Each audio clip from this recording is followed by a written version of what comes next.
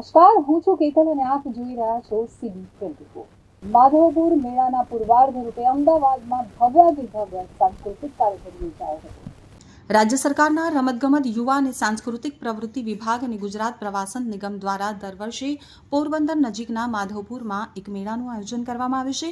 પ્રવાસન મંત્રી શ્રી મોળુભાઈ બેરા, યુવક સેવા અને સાંસ્કૃતિક પ્રવૃત્તિ રાજ્યમંત્રી શ્રી હર્ષ સંઘવી અને સહકાર રાજ્યમંત્રી શ્રી જગદીશ વિશ્વકર્માની પ્રોત્સાહક ઉપસ્થિતિ એક ભારત શ્રેષ્ઠ ભારતના સંકલ્પને સાકાર કરવા માધવપુર ઘેડ સાંસ્કૃતિક મહોત્સવનું આયોજન દરેક જિલ્લા સુધી પહોંચાડાશે।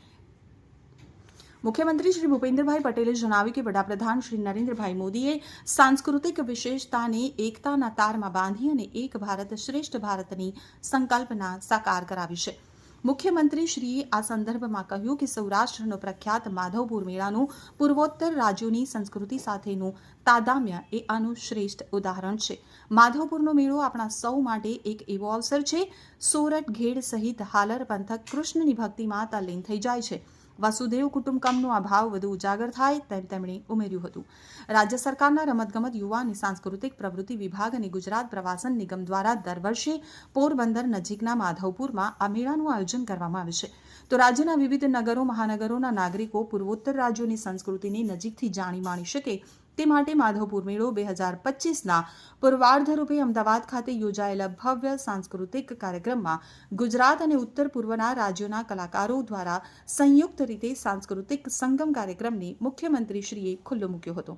મુખ્યમંત્રીશ્રીએ આ પ્રસંગે જણાવ્યું હતું કે આપણી સંસ્કૃતિમાં પારંપરિક ઉત્સવો મેળાઓનું આગવું મહત્વ છે। સાથે સાથે આવા ઉત્સવો દરેક પ્રદેશની આગવી વિશેષતા પણ છે।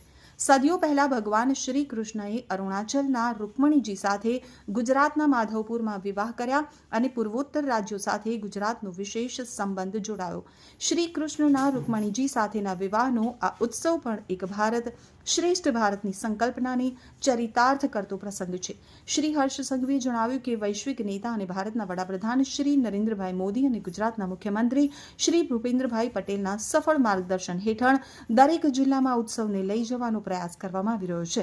એટલું જ નહીં, આ કાર્યક્રમ થકી વડાપ્રધાન શ્રી નરેન્દ્રભાઈ મોદીનું એક ભારત શ્રેષ્ઠ ભારતના સંકલ્પનું પણ સાકાર થઈ રહ્યું છે તેમ તેમણે વધુમાં ઉમેર્યું હતું।